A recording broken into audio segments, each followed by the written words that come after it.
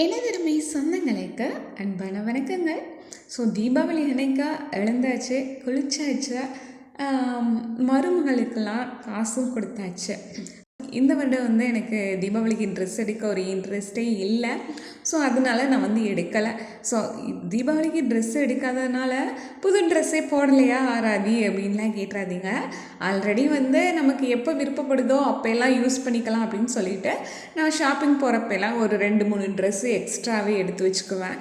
So அந்த மாதிரி எடுத்து வச்சதில் தான் இந்த சாரீ. ஸோ இது தீபாவளிக்காக யூஸ் பண்ணிட்டேன். பட் ஆனால் தீபாவளிக்கு எடுத்தது கிடையாது.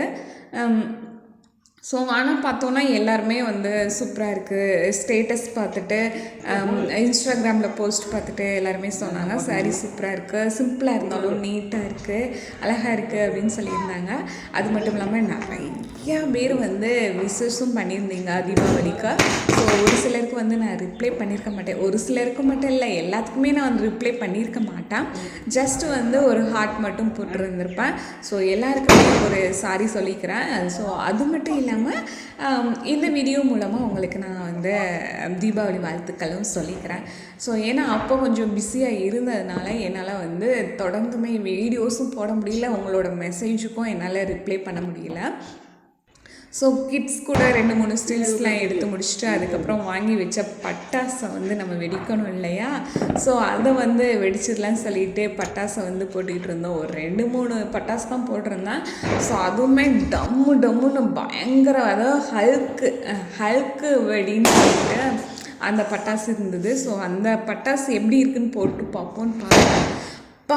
காது வலி பயங்கரமாக வச்சு 2 தாங்க போட்டேன். 2மே அவ்வளோ ஒரு சவுண்டு.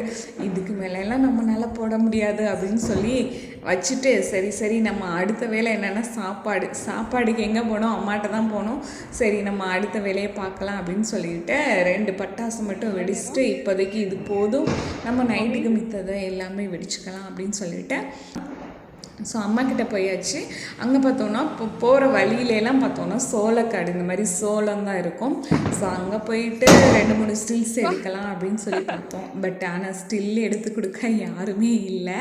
ஸோ நானும் ட்ரைபேடும் எடுத்துகிட்டு போக மறந்துட்டேன். ஸோ பக்கத்தில் தானே அப்படின்னு சொல்லிட்டு நடந்து போகலான்ட்டு சொல்லி போயிட்டேன்.